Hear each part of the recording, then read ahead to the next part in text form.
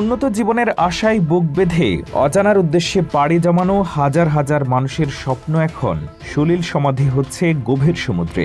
২০২৫ সালের বৈশ্বিক অভিবাসন রুটের সাম্প্রতিক চিত্র বলছে, সীমান্তে কড়াকড়ি বাড়লেও কমছে না প্রাণের ঝুঁকি, বরং আগের তুলনায় সমুদ্র পথগুলো এখন আরও বেশি মরণ ফাঁদে পরিণত হয়েছে। আন্তর্জাতিক অভিবাসন সংস্থা বা IOM এর সাম্প্রতিক রিপোর্ট অনুসারে অভিবাসীদের জন্য বিশ্বের সবচেয়ে বিপজ্জনক পথ হয়ে দাঁড়িয়েছে ভূমধ্যসাগর। গত এক বছরে ইতালি ও মাল্টা রুটে অনুপ্রবেশের সংখ্যা স্থিতিশীল থাকলেও আশঙ্কাজনকভাবে বেড়েছে মৃত্যুর হার। বিশেষ করে পূর্ব ভূমধ্যসাগরীয় রুটে অনুপ্রবেশ ৩০% কমলেও নিখোঁজ বা মৃতের সংখ্যা গত বছরের তুলনায় প্রায় দ্বিগুণ হয়েছে।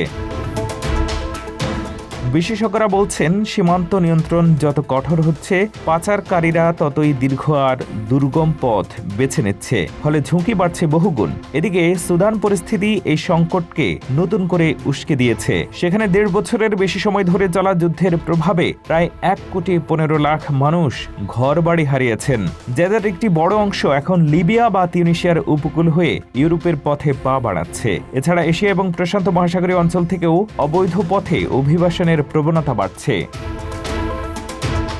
বর্তমানে প্রতি ৩ জন অবৈধ অভিবাসীর মধ্যে একজনই আসছেন এই অঞ্চল থেকে।